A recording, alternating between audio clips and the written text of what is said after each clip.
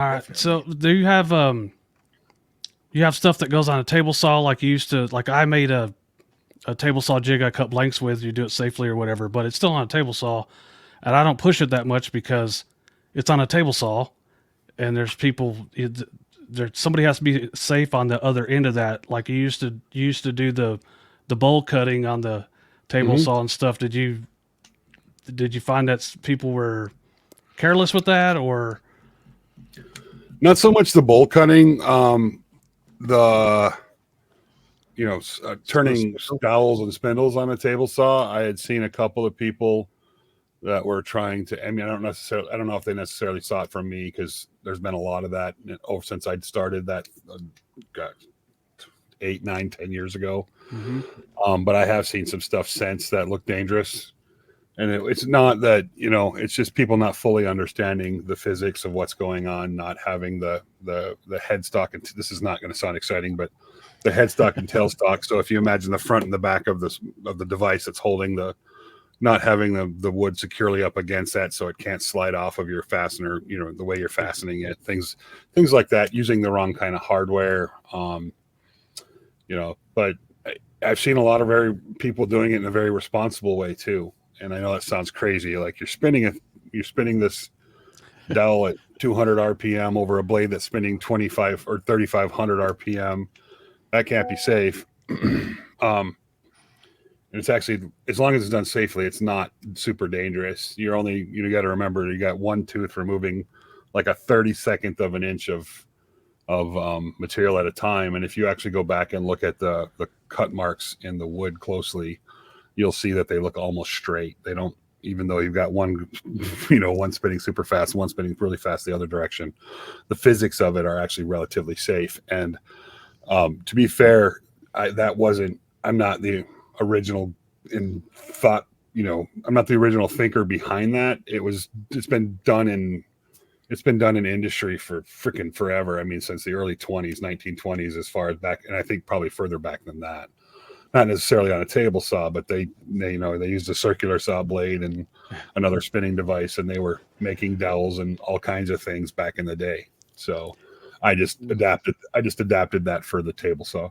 So do you have some things that you've made that like you're not going to trust to go to the public, and you just use yourself, or is there something that may be too dangerous for or perceived to be too dangerous for the public? I'm pretty okay with showing people things. I just, you have to have at some point you have to have enough faith in your fellow humanity that they're not going to do stupid things. I know that might be a little bit naive, but if you say this is dangerous, don't do this unless you know what you're doing. Um, and I understand that there's some, I guess, stigma around that, but at some point you have to say either I'm going to do this or not do this. I think probably the most dangerous thing I've ever shown people on YouTube was when I made a device that spins material in a very specific pattern using gears.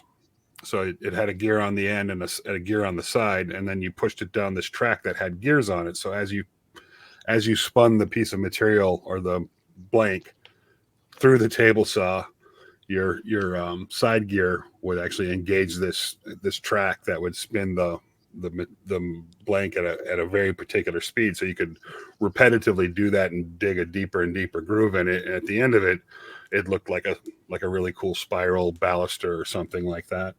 That was easily the most dangerous thing. And I know probably that doesn't sound like it was, you made a bowling ball on your table saw. It doesn't sound that dangerous, but that was easily the most dangerous setup that I've ever shown on YouTube. And there are a few processes that we do that I won't show, just because if it's absolutely, really easy to hurt yourself if it's not done exactly right.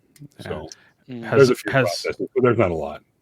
I'm gonna hog this a little bit. Has YouTube ever taken a video down that they thought was dangerous acts or anything like that?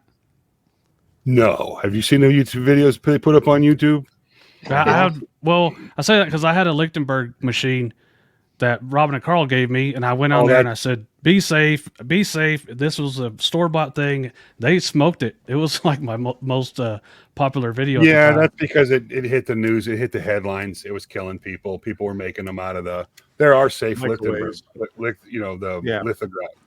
Now you got me doing it. There are safe ways. There are safe machines out there to do fractal burning that'll shock the snot out of you, but they're not going to kill you. But the people that are making them out of these microwave units, I forget what they're called at the moment. Yeah, those videos are still up. They take mine down. So, and I mean, 2-3 years ago, there was 3 people, four, I can't remember, killed in Florida. I mean, it got real popular down in Florida, and there were like 3 or 4 people that were killed, and it made headlines. Wow. And when something gets popular, it becomes quasi socially political. Then you might get a flag for it or taken down for it. But I mean, I've seen guys, blowing things up on YouTube, blowing things up and getting damaged on YouTube. Guys doing things they got arrested for, attaching firearms to drones and flying around and shooting stuff. That was Wow. that was stupid. Or the flamethrower. Yeah. Yeah, and I mean, you can get taken down for swearing if the algorithm catch it right and it shows it to the wrong person. It's flagged. They manually come look at it. Oh, I don't like the way that person looks or what they said, and they'll shut off. They'll shut your video off. Yeah. So,